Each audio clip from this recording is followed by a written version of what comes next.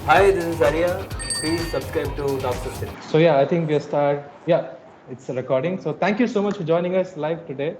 Uh, and before we begin, welcome to our show. Welcome to our channel. And before we begin, please tell us something about yourself, which apart from your Insta handle, apart from your Facebook and social media, something which we have not heard or something which we haven't seen in cinema.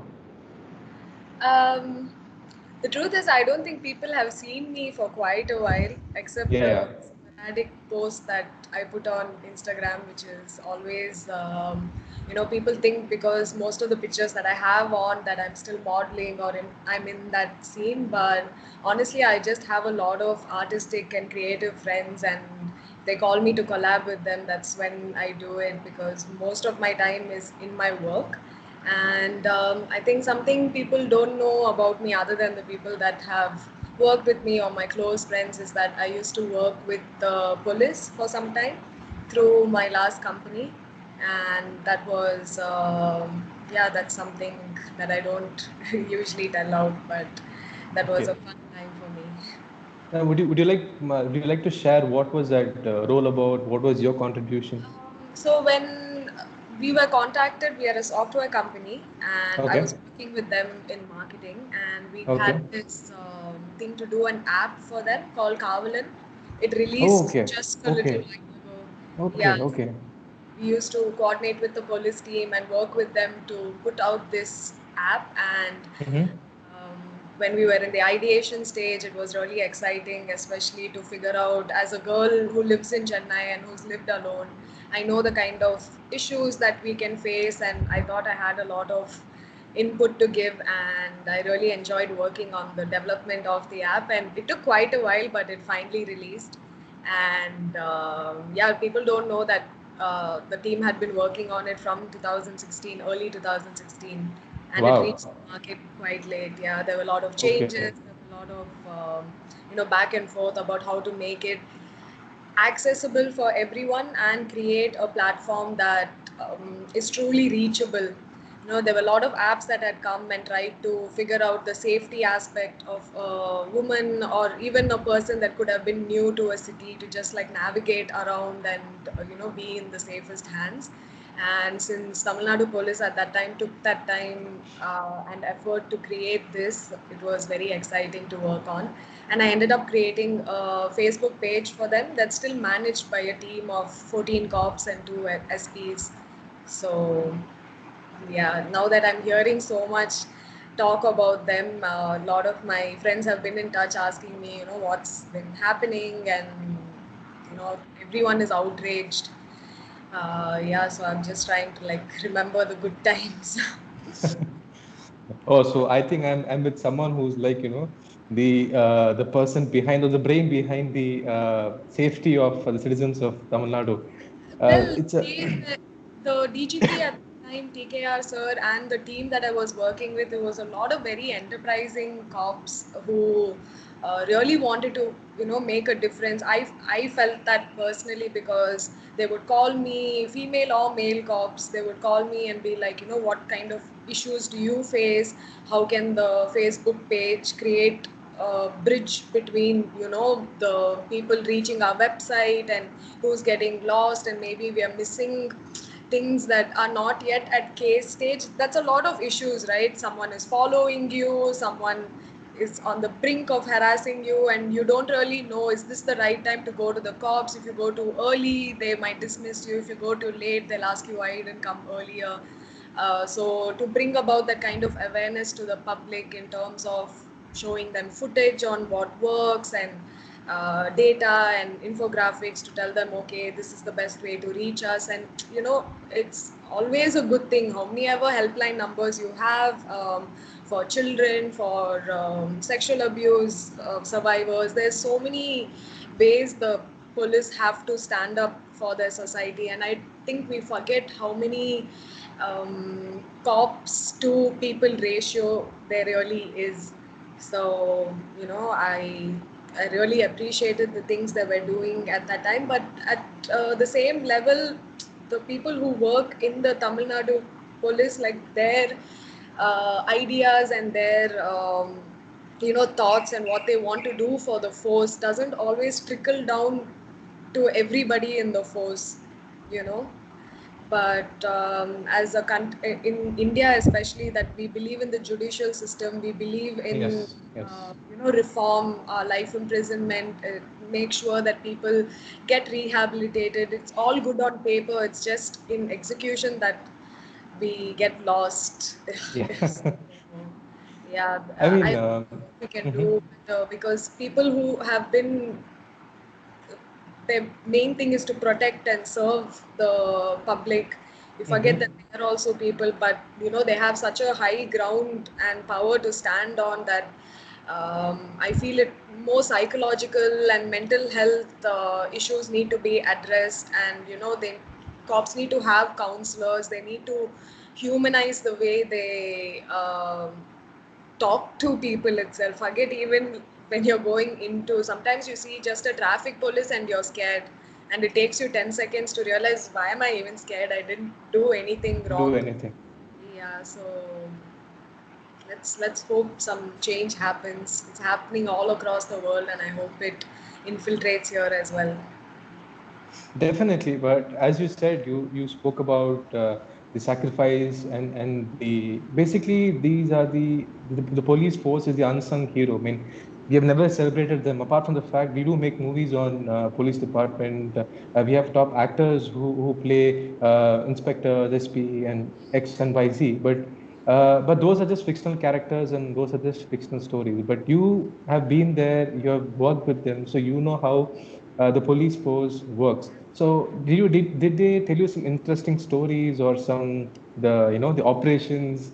Because we all seen this only in Hari sir movies, like Yeah. Surya sir and all that Yeah. cop movies. But you've been with them, so you've been with the DG, if I'm not wrong, Director General of Police, Yes. Tamil Nadu, right? So you've worked under him. So obviously he must have shared a lot of experiences, the Yeah. chasing and all that.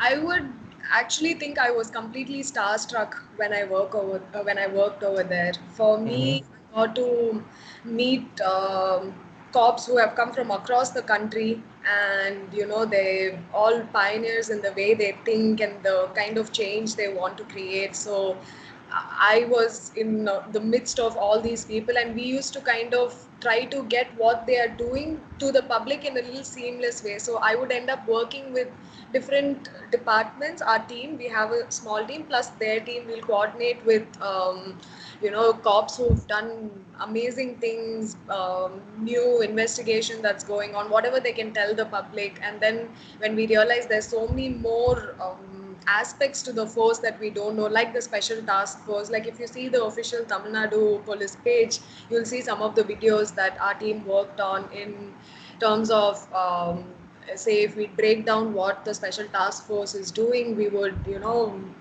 we won't even know like 10% of what their entire day or their mission and objective is. So we try to break that down and show it to the public. So at that point, the one interesting story that that holds true to me, because I'm a huge animal lover, and that time, sir, the DGP sir was the Chennai commissioner, and one day the traffic police and the law and order, they were just giving an update, and I was waiting on the side, and I was just looking for stories that we can cover and what should we show to the public. And so they were having a casual talk, and this officer told sir that we've put water dispensers. It was the peak of summer, and they put water dispensers in Pukade police station near that Roypuram area, Saukarpet area. So I was just listening to that, and sir was like, "That's really good, ma. But humans can ask for water, but birds and dogs and animals can't. So why don't you send a notice that everyone in all the police stations to keep a little bit of water outside, and make it a circular?" And he just said this so, it wasn't really thought about. It just felt like it's a extension of who the person is. It's not to be recognized. He didn't even know that I was like listening to him. It's a large room in the commissioner's office. I was just waiting to meet him. So there was no agenda behind it, and I thought it was a really amazing thing to even think about it. So if you're that compassionate about everyone, there's that kind of mentality is only going to trickle down, and I'm sure the 5-6 cops and ADGPs who were there would have also, if they had not thought like that, they would have started thinking like that. And that is very, very important. When you're in a position of power, everything that you say is watched and scrutinized. So if you can choose to always try to do the right thing, or to let your mind go to a place where you're thinking about others instead of your job, your position, your career, the difference will show. I think we've also seen it in a way. We've seen the difference between how bad it can be, and how the cops, especially in the places like Chennai, is what I can talk about, is because I'm here. I've seen how they treat women, and how it's changed from how it was. It wasn't so crass, or it wasn't with a human touch before. I felt, maybe I was younger, maybe I wasn't noticing, but as a personal experience, that's how I felt, that they've changed towards how they deal with people. And I think it's because of a lot of the awareness, lot of inside the police department itself, they've started taking notice of counseling and different things like that. So I really hope that it can make a difference in smaller districts and towns, and it can actually carry over. So yeah, that's one thing. Oh, one more is Yeah. the present commissioner's Mm-hmm. wife. She is the Mm-hmm. head of SCRB, State Mm-hmm. Crime Records Bureau. When I was working, I'm not sure if she's still in that position, um, but she ran a private, like a pet project of hers, that she used the help of Okay. the department, and where she used to unite missing people. It just Okay. happened for one person, one call, and by the time we interviewed that team, who was, I still remember her name, because they needed someone to talk in Hindi to coordinate with other police departments. Uh, at that point, they reunited more than 250 people that were missing for more than 12, 13 Wow. years. And it was mind blowing to me, because in her capacity, she didn't have to do any of that. And even the more senior cops who were telling me how they've helped her through this project, and they were also doing it because of the love of uh, creating some real impact, Yes. change. And Mm-hmm. that was amazing to me. Maybe I got to see the great side of the department. So I No, it's look at always that. said, no, that you have two sides. One coin has always has two sides. Because you can't, this doesn't exist without the other, right? Yes. They fight so that the whole department can be aligned to the same goal. That's the idea and every motto of the army or the police or the navy. It's about, you know, what your motto and what you stand for is very, very important. And it can just be a job. Maybe that intelligence comes after like 15 years of service or 20 years of service. I don't really know how it works, but it is a high stress environment that they work in. It's full of trauma and depression, and we don't really think about any of that. And the truth is, we can turn back and ask, why should we care? Yeah. As a public, we Very can true. just say we don't care about, it's just like any other job. You should work in that environment. And both arguments hold true in a way. If sometimes I just wish it was simple, though, that we can just do the right thing. Seems so obvious to some people that we can't even, there's no other option, but sometimes it's just lost. And I really do believe that psychological evaluation of all the people who are joining the force, or who are in these important positions, and who can go through that scrutiny. So if you're part of a security company, it's not easy to say, okay, we have 200 watchmen that we've appointed in all these places, and we're the top security company. It's not about that. It's about having a psych evaluation to bring a process in place where the people who are supposed to protect you should be in the mental capacity to protect you. If that Yes. person Very is true. coming with negative look and outlook to his job, you can't save him. No motor will save you. No suspension will save you. You live with the aspect of, you have no fear. And those are the most dangerous people, I think. Okay, but நீங்க என்ன பண்றீங்க as a person what have you reused or உங்க வீட்ல ஏதாவது reusable items இருக்கா? இப்போ if you can show us something right now that you've reused and this was like this and now it is like this.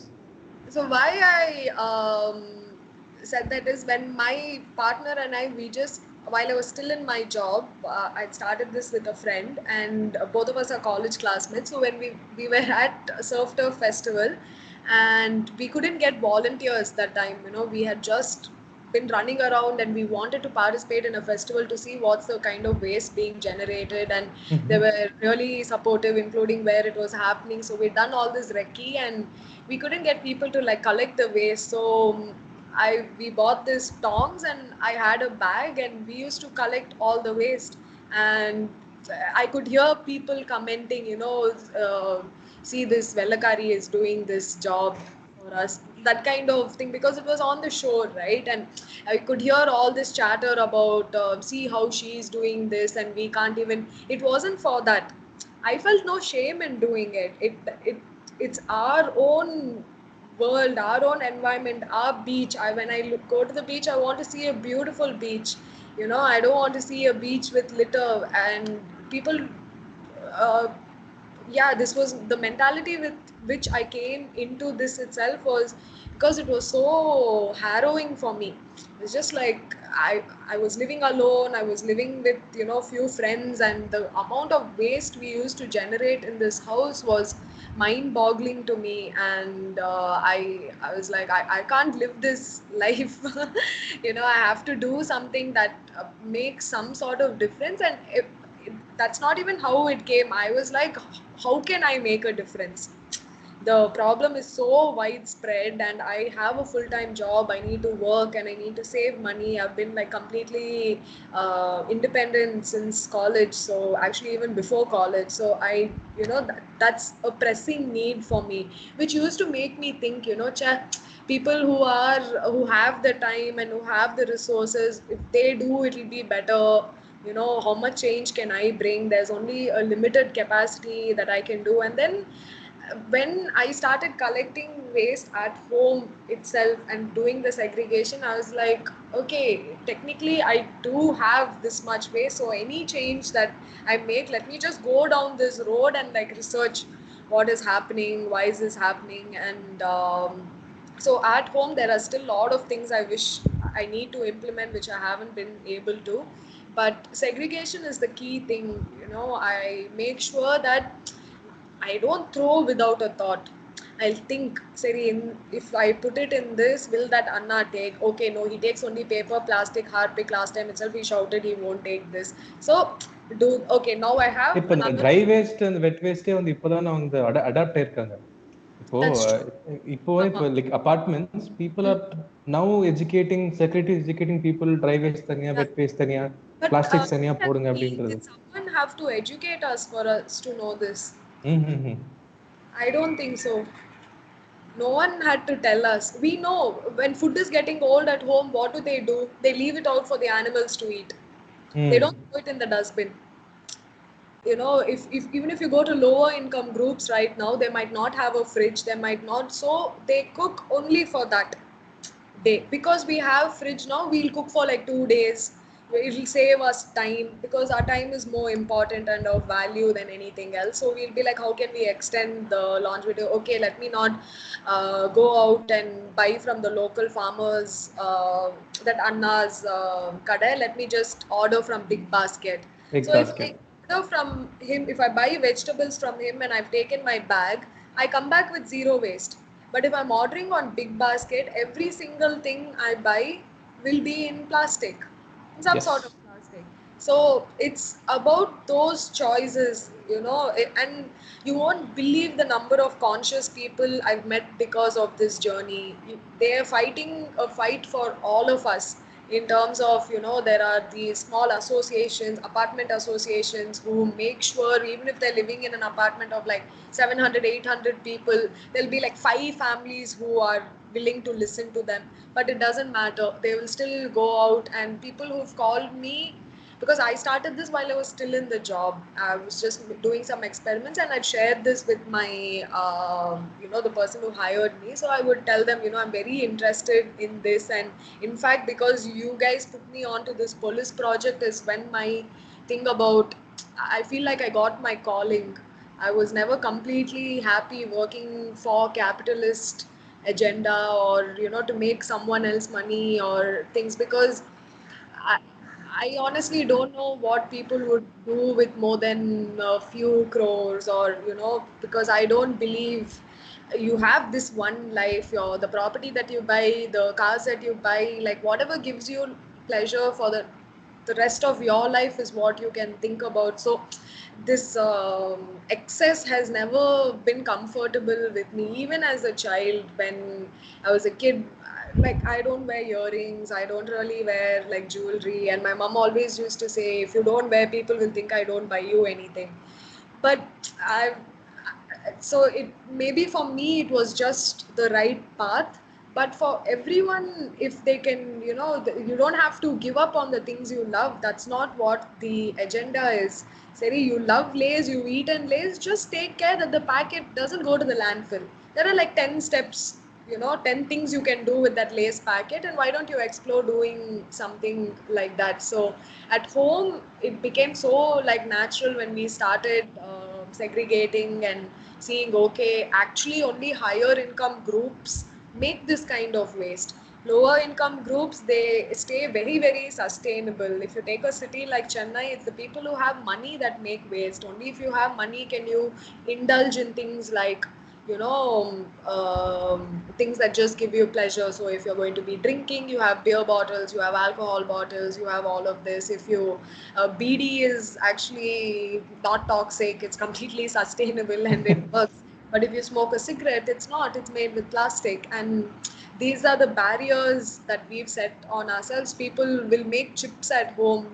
Everyone potato chips at home and all. I've seen so many, my akka's house and all, they'll make. But at you want to buy Lays because now you have 10 flavors and you want to like experience this. And yeah, so if at that point, if you woken up and thought, say in the Lays packet order, what happens? Can I send it back to the company? Can I send it to someone who's thing? Because that that Kabriwala Anna who's taking your newspaper and giving you 10 rupees a kg for newspaper is not going to take this. It's an unwritten rule. When you're selling paper, when you go and give some other kind of bottle to him itself, will be like, "Ayo, idu eduk maten." So that kind of knowledge you have, but what do we do with that knowledge? Nothing. We don't want to.